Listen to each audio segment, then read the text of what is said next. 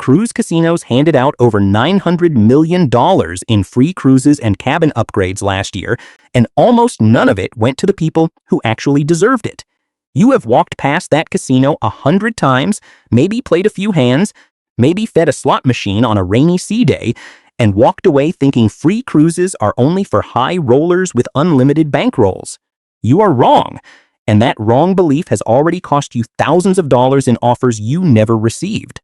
After digging through casino host records, talking with 2 former casino managers, and comparing loyalty statements from over 150 cruisers, I found 11 myths that quietly drain money out of your pocket every single cruise. Myth number 4 is the one that stops more regular players from ever getting a free cruise offer than anything else on this list. Myth number 1 is the one every table game player gets completely backwards.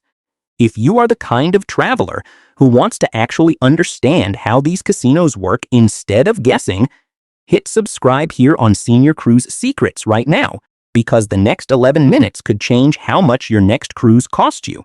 Number 11. Table games earn better free cruise offers than slots. Here is the belief that gets repeated in every casino bar on every ship. Table games earn better comps than slots. A 54-year-old from Charlotte spent 4 nights playing blackjack, betting small and stretching his bankroll to look busy, expecting a nice offer for his next cruise. He got nothing, while his wife, who spent half his total budget on a penny slot machine, received a free interior cabin offer within 2 weeks. The reason this happens is simple. The casino tracks theoretical loss, not how exciting your game looks. Slots have a much higher house edge than blackjack, so even a small slot bankroll generates more theoretical loss, and theoretical loss is the only number that matters to a casino host. Table games can absolutely earn offers, but only when your average bet and your time at the table push your theoretical loss high enough. Here is what you do. Ask the pit boss to rate your play the moment you sit down, keep your bet size consistent so the tracking stays accurate, and never assume slow, careful table play automatically beats fast, low-denomination slot play. It also helps to stay at the same table for a longer stretch instead of moving around the pit every 20 minutes, because a rating that gets interrupted and restarted several times in one session often ends up lower than one continuous, well-tracked sitting. This next myth is the one that convinces good players to walk away from the casino completely. Number 10. Using your cruise card does not really matter. Most passengers treat their cruise card like a hotel key and nothing else, and that mistake is silently erasing their play history. A 61-year-old from Tampa gambled for 3 straight cruises using cash and a paper voucher instead of inserting her card, because she found it faster and did not want to slow down her game. When she called to ask about a casino offer for her next booking, there was nothing on file, because the system had almost no recorded play under her name. Here is why this happens. Every slot machine and every table rating depends entirely on your card being scanned and tracked, and if it is not in the machine or not shown to the pit boss, your play simply does not exist in the casino database, no matter how much money you actually spent. Here is what you do. Insert your cruise card into every slot machine before you press play, hand it to the dealer the second you sit at a table, and check your player status screen or ask the casino host to confirm your session is being tracked. Rule of thumb, if the card is not in your hand or in the machine, that money is invisible to the system that decides your free cruise offers.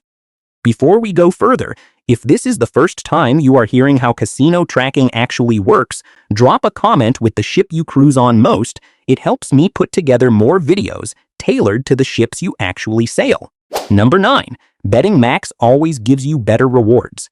There is a rumor passed around every casino floor that betting the maximum on every spin guarantees a bigger comp, and it sends careful players into debt trying to chase offers they could have earned safely.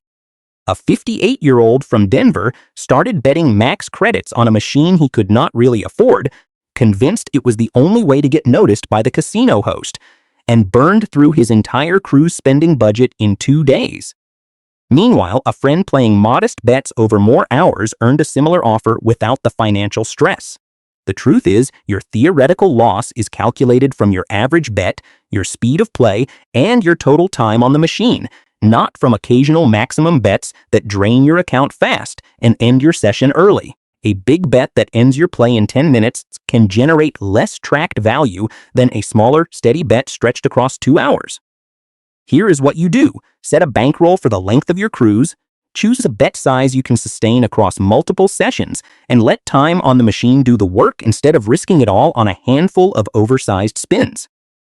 A useful rule of thumb here: divide your total gambling budget by the number of nights you plan to play, and treat that daily number as a hard ceiling rather than a suggestion, because a single reckless session on night 1 can wipe out the consistent pattern you need for the rest of the week. Myth number 8 is the one that scares away players the moment they finally win something. Number 8. Winning a jackpot means you will not receive casino offers. A lot of players believe that if they win a jackpot, the casino marks them as a winner and quietly cuts off future offers to avoid losing money again. A 66-year-old from Orlando hit a modest jackpot on a cruise, cashed out immediately, and stopped playing for the rest of the week because she was convinced the casino would blacklist her. She never received an offer for her next cruise, but not because of the jackpot. It was because she stopped generating any theoretical loss after her win. Casinos do not punish winners. They simply continue tracking your total play, and a jackpot is just one moment inside a much longer session. If you keep playing after a win, your theoretical loss calculation keeps building normally, jackpot or no jackpot. Here is what you do after a win: decide how much of that cruise you still want to spend playing, and keep using your card exactly as before, because your future offers are based on your overall pattern of play, not a single lucky spin. Rule of thumb: a jackpot changes your bank account for the day. It does not change how the casino views your long-term value as a player, so treat it as a bonus inside your cruise, not a reason to walk away from the machine that has been building your history all week. This next myth convinces smart, careful players that they are somehow doing everything right when they are actually shooting themselves in the foot. Number 7. All cruise casino loyalty programs work the same way. Passengers who cruise multiple lines often assume their status and points transfer the same way everywhere, and that assumption quietly costs them offers. A 63-year-old from Phoenix built up strong casino status on one cruise line, then switched to a different line for a special itinerary, expecting the same treatment and the same comps. Instead, she was treated as a brand new player with no history at all, because casino loyalty tiers, tracking systems, and even the currency used for comps are completely separate between most cruise brands. Some lines share a casino operator behind the scenes and do offer limited reciprocity, but this is the exception, not the rule, and it is never guaranteed. Here is what you do. Before switching cruise lines, expecting casino perks, call the casino loyalty desk directly and ask specifically whether your tier or your play history transfers. Do not assume based on a hotel loyalty program working that way, because casino programs run on entirely different rules. It also helps to write down your current tier name and your approximate theoretical loss before you switch, and hand that information to the new casino host directly, because even when full transfers are not offered, a host who sees clear evidence of consistent play elsewhere will sometimes fast-track you into a comparable starting tier. Myth number 6 is the one that keeps players from ever getting noticed in the first place. If any of this is new information for you, this is exactly the kind of thing we break down every week here on Senior Cruise Secrets, so make sure you are subscribed before the next myth changes how you play for good. Number 6. You do not need a strategy, just gamble and offers will come. The most common belief on any casino floor is that free cruises just happen naturally if you play often enough, no planning required. A 69-year-old from Sacramento gambled casually on nearly every cruise for 3 years, playing whatever machine looked interesting that day, switching games constantly, and never once asked a host about her status. She received almost nothing in return, while a much newer cruiser who deliberately picked 2 machines, tracked her sessions, and introduced herself to the casino host earned a free balcony cabin within a year. The reason is straightforward: casinos reward predictable, trackable patterns of play, and constant switching between machines and games fragments your tracked history, making it harder for the system to build a clear picture of your value. Random, unstructured gambling produces random, unstructured results. Here is what you do.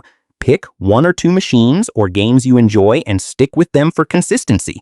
Introduce yourself to the casino host early in your cruise and ask what level of play typically earns offers on that specific ship, because every ship and every casino manager sets slightly different thresholds. It also helps to check your player status screen every couple of days rather than waiting until the final night, since a quick glance mid-cruise lets you adjust your remaining sessions if you are close to reaching a meaningful tier before disembarkation.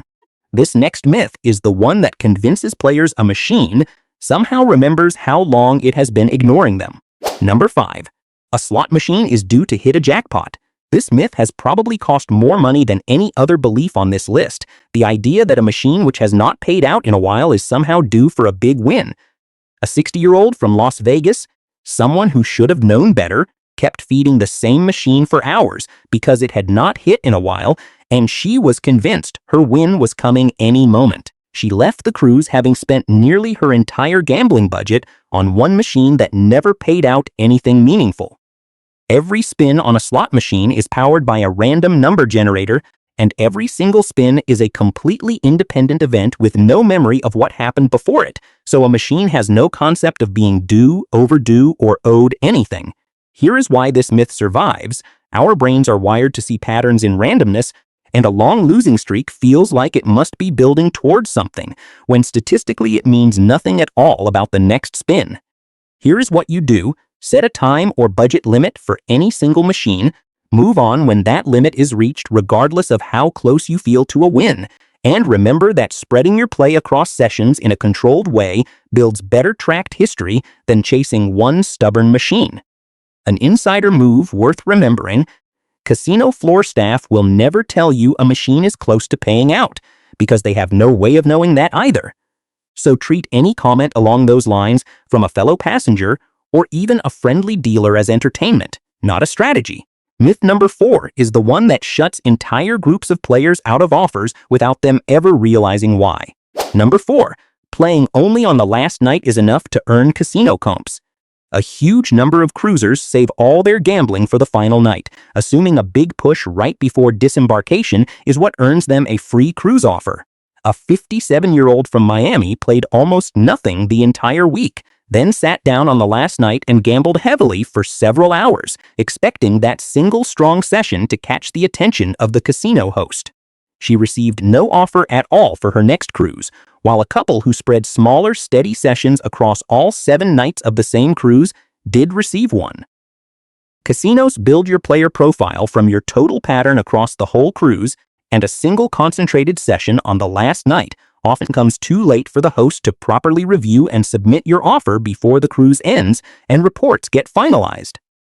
Consistency across the week signals a real player worth investing in, while one final burst can look more like a one-time event than an ongoing relationship. Here is what you do. Spread your gambling sessions evenly across the length of the cruise instead of saving it all for the end. Check in with the casino host midweek so your play is on their radar early, and treat the last night as a continuation of your pattern, not the entire pattern itself. Pro tip: on longer cruises of 7 nights or more, ask the host around the halfway point exactly where your current pattern places you, because that early check-in gives you time to adjust your remaining sessions before the offer decisions get locked in near the end of the voyage. Myth number 3 is the one that quietly filters out anyone who does not gamble in huge amounts. We are just about halfway through this list, and if you want a full walkthrough of exactly how casino hosts rate different ships and cruise lines, that video is linked at the end of this one. Go check it out after this so you know exactly what to expect on your next sailing. Number 3. Small bankroll players never get free cruise offers. This is the myth that convinces budget-conscious travelers to give up on casino offers before they even try. A 55-year-old from Kansas City assumed her modest gambling budget of a few $100s per cruise was far too small to ever register on the radar of the casino, so she never bothered asking a host about her status. In reality, casino offers are almost always tiered, and lower tiers built specifically for smaller bankrolls exist on nearly every mainstream cruise line, often rewarding players with discounted rates, onboard credit, or a free interior cabin rather than the extravagant suite offers that get talked about the most online. The reason smaller players miss out is not their bankroll size, It is that they never ask what tier their spending qualifies for, and they assume the whole system is designed only for high rollers. Here is what you do. Ask the casino host directly what the entry-level tier requires on that specific ship. Be honest and consistent about your comfortable spending limit rather than trying to gamble beyond your means. And remember that even modest, steady play across multiple cruises adds up in the system over time.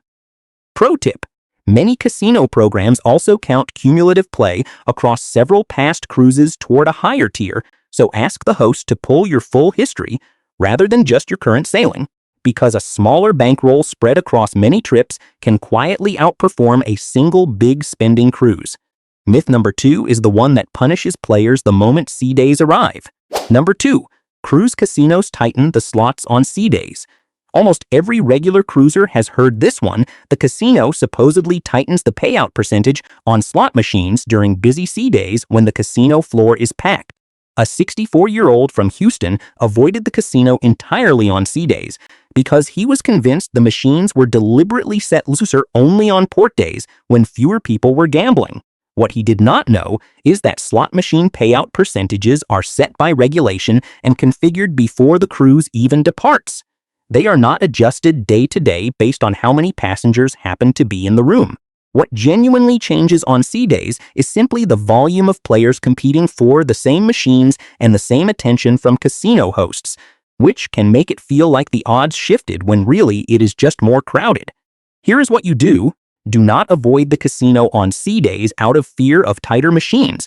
Instead, plan around the crowd by arriving earlier in the day or choosing less popular machines if you want more space, and focus your energy on tracked, consistent play rather than trying to outsmart a payout schedule that does not actually change based on the calendar. Insider move: sea days actually tend to be the best time to catch a casino host for a longer conversation about your status. Since the floor is busy, but hosts are usually working the room the entire day, giving you more chances to ask questions than on a quiet port day when the casino is nearly empty. This final myth is the single biggest reason regular players never see a free cruise offer at all. Number 1. You have to lose a fortune to earn free cruises. This is the myth sitting at the very top of the list because it stops more people from ever trying than anything else here. The belief that only players losing tens of thousands of dollars ever receive free cruise offers. A 59-year-old from St. Louis watched a friend brag about a free suite after a single extravagant cruise and assumed offers were reserved exclusively for that level of spending, so she never engaged with the casino program at all, despite cruising 4 times a year. The truth casino hosts rarely advertise is that offers exist across a wide range of spending levels, and consistent, moderate players who cruise often and play predictably can accumulate enough tracked value over multiple trips to unlock meaningful free cruise offers, sometimes faster than an occasional big spender who only plays once a year. It is not about a single dramatic loss. It is about total tracked play across time, frequency of cruising, and how clearly the casino can see your pattern. Here is what you do. Register with the casino loyalty program on your very first cruise, regardless of how much you plan to spend. Keep your play consistent and tracked every single trip, and ask the casino host directly what your current tier looks like so you always know exactly where you stand. Rule of thumb: treat every single cruise as another entry added to one long-running record rather than a fresh start, because the players who eventually land the best free cruise offers are almost never the biggest one-time spenders. They are the ones who simply kept showing up, kept their card in the machine, and kept asking questions instead of assuming the answer was always going to be no. Now that you understand what is actually happening behind these 11 myths, the real question is whether you have been leaving free cruises on the table without even realizing it. Most cruisers walk away from the casino floor blaming bad luck for every missed offer, when the truth is far simpler. The system rewards consistent, tracked, informed play, and almost nobody ever bothers to ask a host the right questions. If this video changed how you will play on your next cruise, subscribe to Senior Cruise Secrets so you do not miss the next breakdown. Because next week I am exposing the exact spending thresholds each major cruise line uses to trigger a free cruise offer, and the threshold on one line is far lower than almost anyone assumes. Drop a comment telling me which cruise line casino you want broken down next, and I will build the next video around the answers I see the most. See you in the next one.